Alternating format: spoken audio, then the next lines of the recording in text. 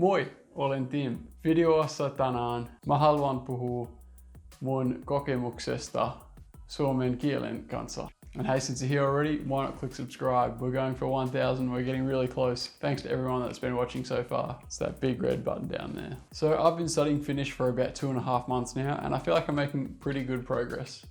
Hopefully my introduction there didn't tell you otherwise. I am learning some grammar and expanding my vocabulary, but still, learning Finnish is an absolute monster.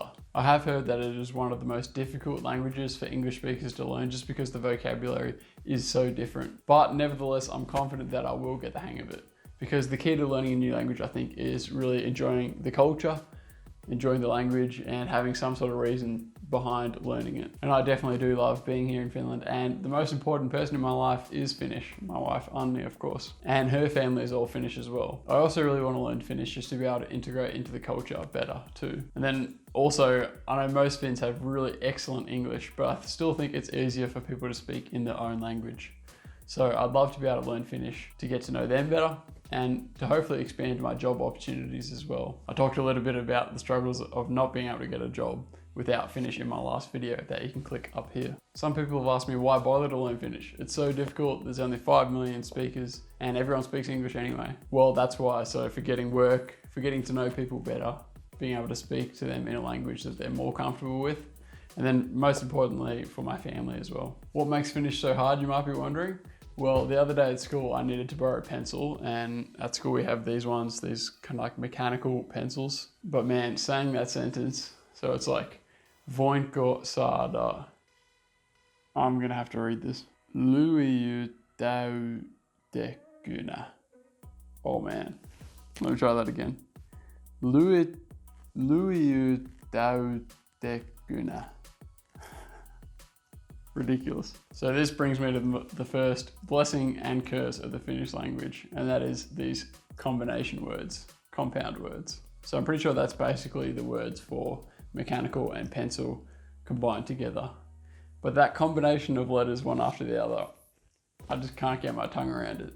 You come across many Finnish words that are made up of smaller words combined, and they can get ridiculously long. Here's one of the more famous ones. I'm gonna have to try and read it from my computer. Lentokone suikkuu turbiinimoottoria. Sorry, again. Lentokone suikkuu turbiinimoottoria puumekaanikkoaliupseerioppilas. I feel like I need a drink after that. So apparently that means like airplane, turbine, help mechanic student or something like that. So some mechanical engineer that works on airplane turbines, some student. This is the reason that Finnish words can often be so long. No, but actually in all honesty, I do think this feature of the language can also be really helpful. One of the very first words that I learned was tietokone.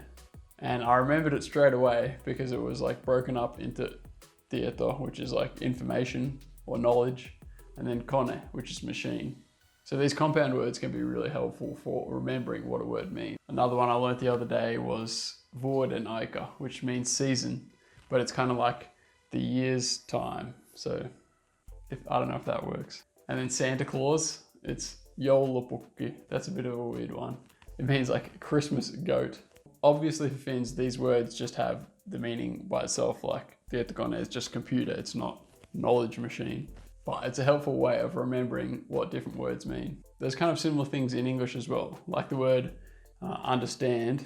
It's like being under and then standing, which no one thinks of that when they say understand. But I'm sure in the etymology of it, it comes back to that somewhere.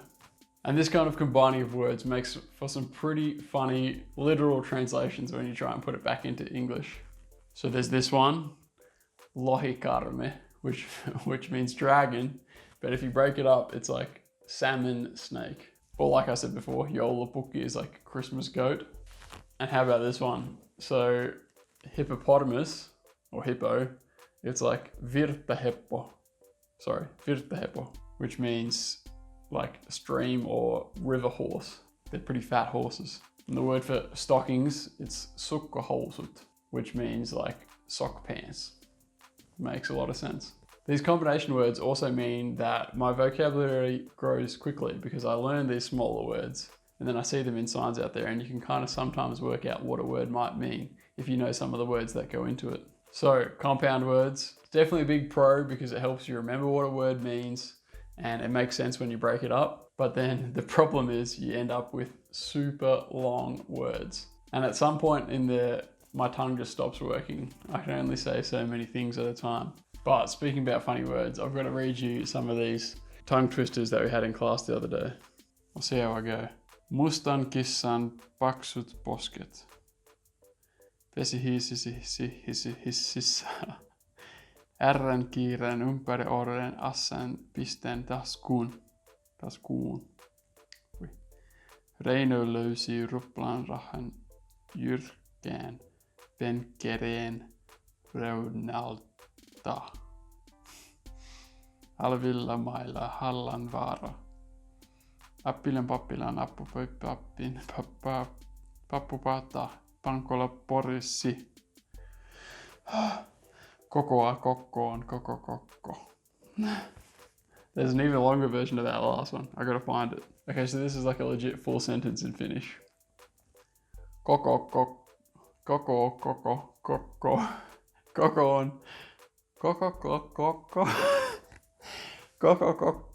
Oh, that I butchered that.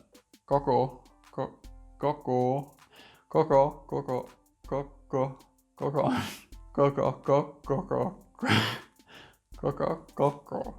Oh man, sorry. I did not get that right. Let me know in the comments if you've got any other good tongue twisters that I should try. Hopefully they go better than those ones. And I had some practice with them. I think the idea with them in the book was to help our pronunciation, but oh man, that was just a nightmare.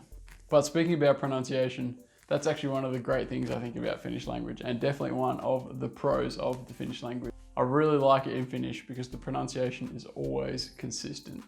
If you have an A, it always makes the same sound. B, C, D, always makes the same sound. Every one of the vowels, they always make the same sound, no matter what word they're in or what comes before or after it. You also don't have any weird silent letters like there is in English.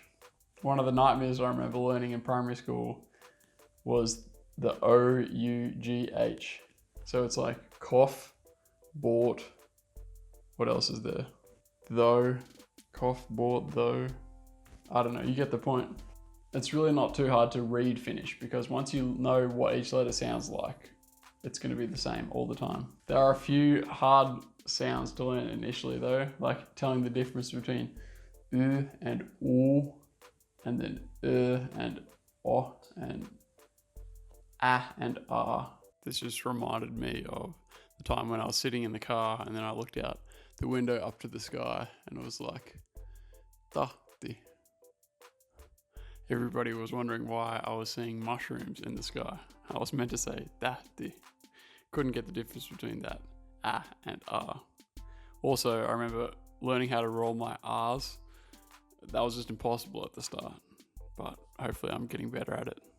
I think though, for sure the hardest thing about the Finnish language is all the grammatical cases. There's like 15 different cases, like it's genitiivi, partitiivi, illatiivi, additiivi. It just goes on and on. And so all these different cases, like you add it to the end of the word as a postposition.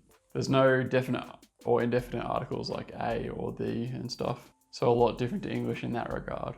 And the tricky thing is like when you add these postpositions, it changes how the base word is spelt as well, at least some of the time. And I'm pretty sure you can even add like multiple cases together. I saw this list the other day of all the different ways you can talk about a dog. My dog, your dog, the dog, in the dog, to the dog. Like it's all so different. But I've got to say that it is really satisfying when you do start to learn the system. It's very hard when I'm trying to talk and I'm translating from English into Finnish. Because of all these different cases, I rarely get it right. Because there's no equivalent. I'm not saying partitiivi when I should or that kind of thing. The good news is people can kind of understand you anyway. And once you get the hang of the system and you hear it coming enough, I'm sure I'll be able to get on top of it. It's funny, it also helps me understand the mistakes that Anu makes in the start when she was learning English, or other Finnish people make with their English. Because the way they might say something in English is, well, that's how it would make sense if you translated it literally from Finnish. It's funny, even sometimes I make those kind of mistakes in English now as well, forming the sentences the way that would make sense in Finnish. Maybe I'll be speaking Finglish soon. Another challenge to kind of top it all off is that the Finns don't actually speak this kirjakieli, like book formal Finnish anyway. They speak puhekieli, like just a spoken Finnish, which is quite a lot different.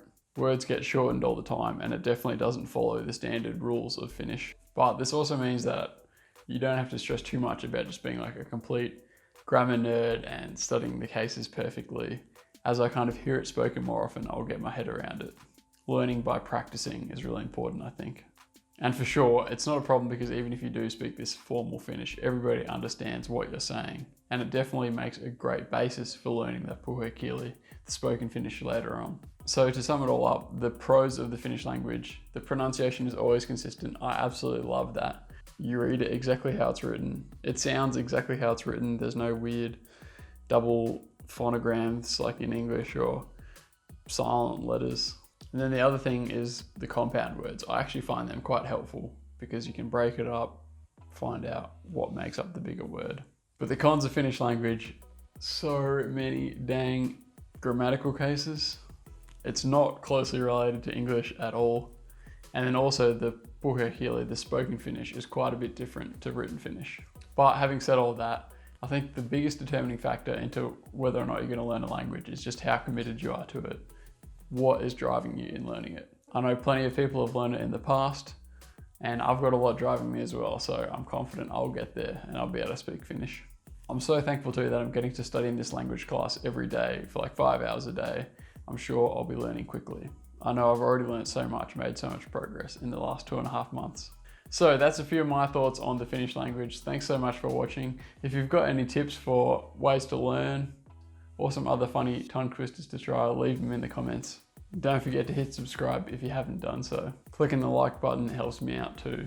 But thanks very much for watching, and I'll see you all in the next video.